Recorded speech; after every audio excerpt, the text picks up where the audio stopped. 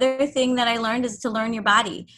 You will have days where you are injured. There will be days where you don't want to do it. There'll be days where you're just like, why am I even doing this? But those days are the days you push harder, because those are the days that change you. They don't change you physically, but they change you mentally. And for something to change you mentally, it has to be when you're down and you don't know how you're going to get up. Another thing that it taught me is to trust others. I've always played team sports growing up, and I was always like a captain of the team, but I had to trust people. I had to rely on other people, because there's only so much you can do as your own self, right? You're only as strong as your team and what you provide. You can be a leader, but if your team doesn't treat you like a leader and you don't treat your team the proper way, you're not going to succeed in life. And that's the truth. Another thing it taught me, and probably the most valuable lesson, is losing and how to lose gracefully. You are not going to win every single thing that you partake in. It's just the truth, right? But what you can do is you can take those losses, learn from them, and figure out the best way so that doesn't happen to you again. Most people lose and they just give up. Well, that's a very easy solution, right? But here's the thing. Why don't you take how you lost and figure out why my C7 disc broke into 3 pieces while I was sleeping at 2 a.m. It went down my left arm and it paralyzed my left arm. So instantly I lost the use. I didn't know what happened to me. I crawled on the bathroom floor. It felt like someone was stabbing me with a knife. It's about 2 hours. I called one of my friends and he told me that I hurt my spine. So I went in and they did an operation on me. It's a total disc replacement. I have 2 titanium plates and a polycarbonate disc. I was technically paralyzed from my left side, and they told me that I wouldn't be able to do a lot of things. At that point, that was probably the lowest of my life. I probably weighed about 170 pounds. And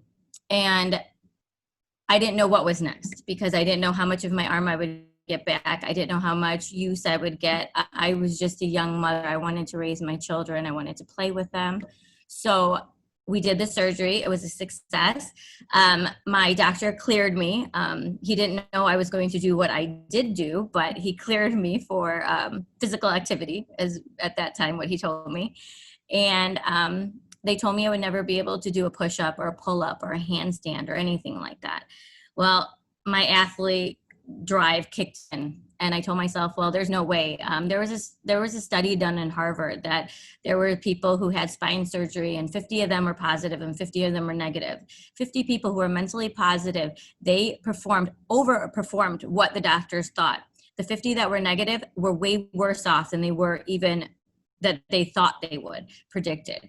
So a lot of it is your mental strength. If you tell yourself you can do something, and you tell yourself that, hey, okay, maybe I won't get there today, maybe I won't get there tomorrow, but if I start down that path, I'm going to get there one day. So I started down that path. It was a pretty crazy path, but I became a ninja warrior. So it all started with a pull-up, and then I kind of went from there. It started with a pull-up, then I started competing with some of the best athletes in the world. Then I started rock climbing, and I have to say part of it was just my natural instinct of being an athlete my whole life and learning my body. The more and more I did it, the more and more my nerve activation started happening again. So there are times where my nerves still to this day get deactivated. So I actually have to reactivate them. I've learned my body. I've learned when I'm injured. I've learned how to heal myself in certain aspects. And that's a very valuable lesson being a human being. Most people say, oh, I can't jump anymore. That's 100% right. You can't. If you stop jumping, you will stop jumping forever. So here's my thing. First of all, you can stop. And if you do, you have to start back at the basics. You have to start with different steps to get. Question over there. I mean, what was your doctor's reaction to these things if he was still in touch? I mean, he would have been amazed. Oh, I am still in touch with him.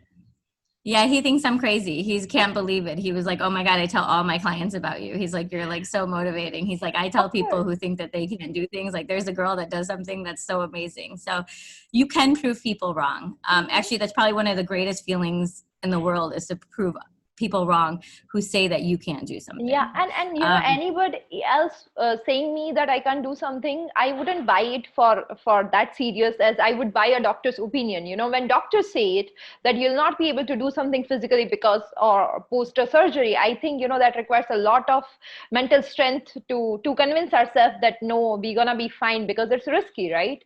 It's not just that someone's opinion about us; it's a fact that we have to deal with. It's true, but unfortunately I'm my dad's daughter. So when people tell me I can't do something, it almost irks me to make me do it. For me, after the spine surgery, I had to dig really deep down and realize kind of like what I wanted out of life. And I told myself, yes, it's great to be, you know, have money and to be educated and do all this. But if you can't physically move and you can't take care of your children and you can't enjoy normal activities of life, you don't have the life that you want to live. So that kind of went into priority mode to re-heal myself. I will say this, it was a crazy journey. Once VS found me, they call me their flying angel. I was their first non-model to be on their social media. I was with them for about a year. I was their 2016 international fashion show model for sports. So that was a great honor. And it was a great company to work with. My kids were kind of like, oh my God, I can't believe my mom's doing this, you know, and this was at the age of 35. So I was not young, you know. People always say, oh, after 30, after 32, you know, you're going to lose your beauty. You can't do this. You can't do that. That is absolutely false. I don't think I grew into who I was till I was about 35 or 36 years old. That I can go into places and talk to people and be more human with them. I think half of business is learning how to relate to a human being and showing them that you're a human being and they're a human being, and how to make money together, how to make ideas bounce off each other, right? Nobody is successful by themselves. People are successful because the team that they build around them and people that give them ideas and that they give them ideas.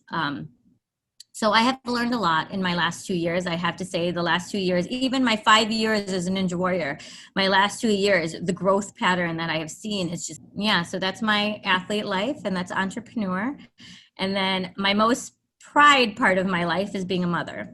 So I have to say I have 2 boys. They're 13 and 9, Aiden and Aryan, and they are great boys. They tell me that they're proud of me. They see me work. I try to teach them about life. I feel like a lot of people in our community, especially, they try to hold their children back. They don't like to share things with them. They feel like they're sheltering them. But what you're really doing is not showing them what world is. You have to allow them to see what the world is, but give it in a controlled environment where they understand what's happening. So when they get older, they can deal with that. The world is not what it used to be. You can't shelter your children forever. There is social media. There is, just look what's going on even on TV and stuff like that. You have to, as a parent, learn that they're children, they have their own minds, they have their own views, and you have to encourage them to talk to you. You have to build a relationship with them. So I've also learned, like, as any working mother, I go back and forth to say, oh my God, am I working too much? Am I not there for my children? Or could I be a better mother? But the reality is you need that balance. Your children need to see you working hard. Your children need to see you struggle and how you overcome those struggles. So when they struggle, they know that it's possible to overcome those struggles. One more question from my end. So how did it feel to walk on that Victoria's Secret ramp or be with them as their support? It was so surreal. Like, I didn't even believe it was happening. I'm not going to lie. Even when they were like calling me and stuff like that, I was like, oh my God, what's going on here? I'm an Indian girl. Like, they didn't know what I was. They thought I was Brazilian at first when they met me. Mm-hmm. But I couldn't even believe it. It was just one of those things that was so surreal that you couldn't even believe that was happening to you. I mean, it was a little thing since I was a little girl. Like, you see these models and be like, oh my God. And then, like, you know, they were shooting me out on their social media and calling me the real flying angel because I could fly across the room. It was probably one of the craziest experiences of my life, I do have to say. I have seen those pictures and you look absolutely stunning.